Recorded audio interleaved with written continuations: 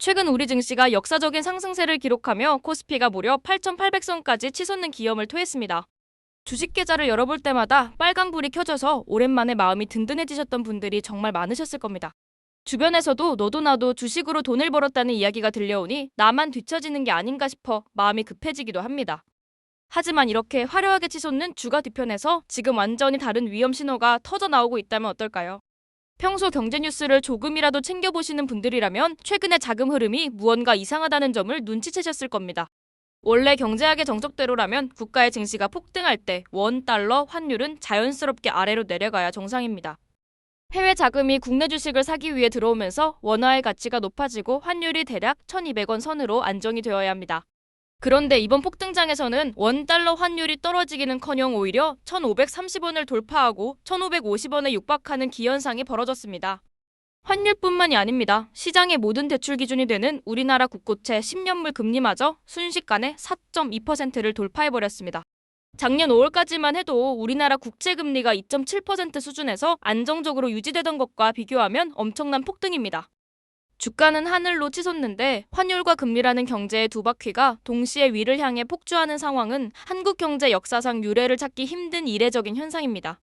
주식시장, 외환시장, 채권시장이라는 금융의 세 기둥이 서로 완전히 다른 모순된 말을 외치고 있는 셈입니다.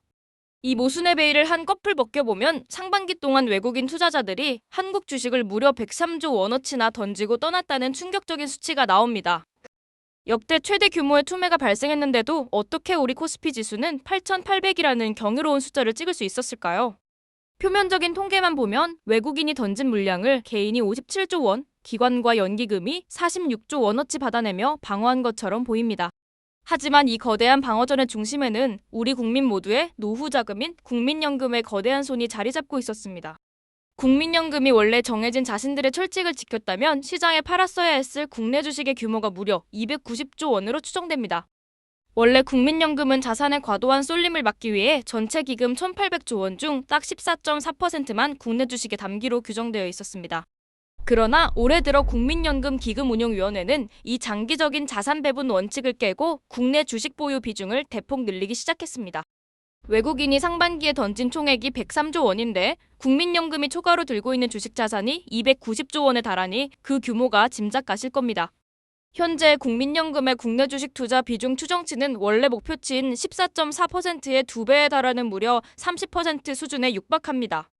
자본시장 안에서 국민연금은 덩치가 너무 커서 움직일 때마다 파도를 일으키는 이른바 연못안의 고래라고 불립니다. 고래가 좁은 연못에서 급격하게 몸을 돌려 주식을 무더기로 팔기 시작하면 국내 증시는 순식간에 하락 압박을 받게 됩니다. 그래서 국민연금은 지난 1988년부터 38년 동안 주가가 오르면 주식을 팔아 이익을 챙기고 주가가 내리면 주식을 사담는 리밸런싱 원칙을 고수해왔습니다. 주가가 지나치게 과열되었을 때 차익을 실현해 기금의 안전성을 높이고 동시에 시장에 충격을 주지 않기 위해 만든 안전장치였습니다. 그런데 이 38년 역사적인 금융의 대원칙이 2026년 올해 들어 완전히 무너지며 무력화되는 사태가 발생했습니다. 원래 계획대로라면 국민연금은 인구구조 변화와 기금 고갈에 대비해 국내 주식 비중을 2030년까지 13%로 서서히 낮추기로 합의한 상태였습니다. 돈을 내는 젊은 세대보다 연금을 받아가야 할 은퇴 세대가 급증하는 순유출의 시대가 눈앞에 다가오고 있기 때문입니다. 먼 미래의 이야기가 아니라 당장 10여 년 뒤부터는 연금을 지급하기 위해 매일 국내 주식을 대량으로 매도해야 하는 상황이 발생합니다. 그때 고래가 연금을 주기 위해 주식을 강제로 던지기 시작하면 코스피 시장 전체가 대폭락을 맞이하게 되므로 미리 비중을 줄이려 했던 것입니다. 노르웨이나 싱가포르 같은 선진국 연기금들이 자국 증시 투자를 엄격하게 제한하고 투명하게 관리하는 이유도 여기에 있습니다. 자국 증시를 부양하겠다는 정권의 단기적인 목적에 국민의 노후 자금이 악용되는 것을 원천적으로 차단하기 위한 전 세계적인 준칙입니다. 하지만 우리나라 보건복지부가 이끄는 국민연금 기금위원회는 올해 1월 26일 해외 주식 비중을 줄이고 국내 주식 비중을 올리는 1차 조치를 감행했습니다. 수치상으로는 국내 주식 비중을 14.4%에서 14.9%로 겨우 0.5%포인트 올린 것처럼 발표하여 사람들의 시선을 분산시켰습니다. 진짜 무서운 문구는 따로 있었습니다. 주가가 목표치를 초과해도 주식을 팔지 않겠다는 리밸런싱 한시적 유예 조항을 끼워 넣은 것입니다.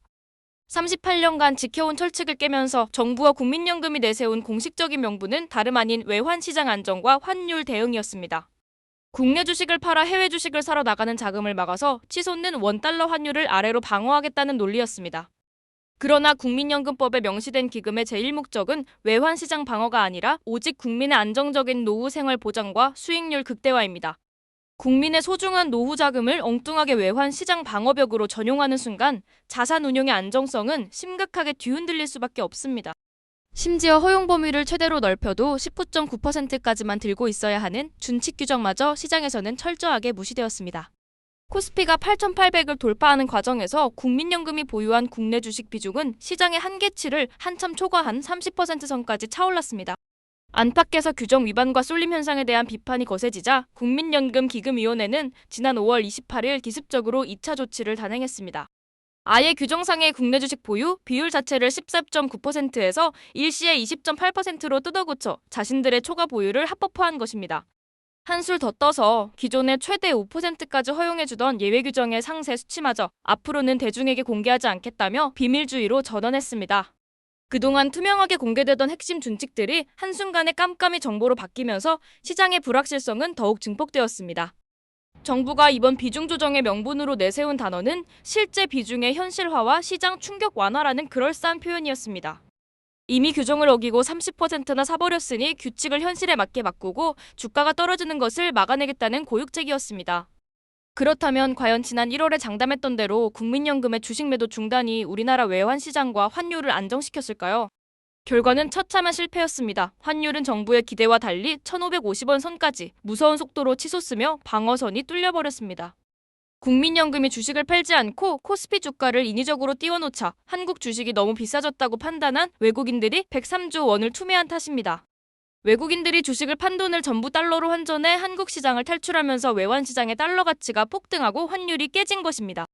환율 방어를 하겠다며 주식을 안 팔고 버텼던 정부의 1차 명분은 외국인의 대규모 자본 유출로 인해 완전히 부서졌습니다.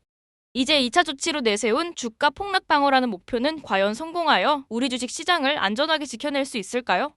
시장의 냉혹한 원리에는 결코 공짜가 없으며 억지로 눌러놓은 비정상적인 구조는 결국 더 큰 변동성과 부메랑으로 돌아오게 됩니다. 코스피 8,800 기준으로 국민연금이 쥐고 있는 국내 주식의 총 자산 규모는 약 555조 원으로 추정되는 역대급 규모입니다. 새로 개정된 비정상적인 기준을 적용하더라도 여전히 180조 원 이상을 법적 초과 상태로 무리하게 쥐고 있는 형국입니다. 국민연금이 주식을 사서 올리는 게 아니라 그저 팔지 못하고 묶여있는 상태가 지속되면 시장의 기초 체력은 급격히 악화됩니다. 경제 성장률과 기업의 본질적 이익 체력이 동반되지 않은 증시 부양책은 시장의 자생력을 갉아먹는 독약이 될 수 있습니다. 국민연금이 38년의 전통을 깨고 강행한 이번 조치로 인해 금융시장의 한 축인 채권시장에서 즉각적인 발작이 시작되었습니다. 기금의 막대한 돈이 주식에 전부 묶여버리자 원래 사야 했던 우리나라 국채를 사들일 여유 자금이 채권시장에서 완전히 말아버렸습니다.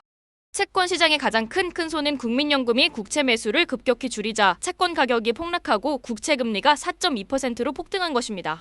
주가가 올라서 기쁘다고 웃고 있는 사이 한쪽에서는 국채 금리가 튀어오르며 시중은행의 대출 금리를 무섭게 끌어올리고 있습니다. 영끌족과 소상공인들이 짊어진 수억 원의 대출이자가 무서운 속도로 불어나며 가계의 실질 소득을 통째로 증발시키고 있습니다. 금융시장은 모든 관이 하나로 연결된 유기체와 같아서 한쪽을 억지로 틀어막으면 반드시 다른 약한 고리가 터지게 마련입니다. 주식시장만 임의로 부양하려다 금리가 폭등하면 결국 실물경제가 얼어붙고 대기업과 중소기업의 도산위기로 이어집니다. 실물경제가 박살나면 아무리 국민연금이 주식을 쥐고 버텨도 결국 주가는 원래의 자리로 무섭게 폭락할 수밖에 없습니다. 더 큰 문제는 일부 언론들이 국민연금의 장부상 평가 이익을 마치 진짜 벌어들인 대박 수익률인 것처럼 포장하여 보도하는 점입니다. 국민연금은 덩치가 너무 커서 장부상으로 수십조 원의 이익이 찍혀 있어도 주식을 시장에 내다 파는 순간 그 이익은 신기루처럼 사라집니다. 평가 이익이라는 허상에 매몰되어 박수를 보내기 시작하면 기금 운용자들은 장기적 안정성 대신 단기적 성과주의에 집착하게 됩니다.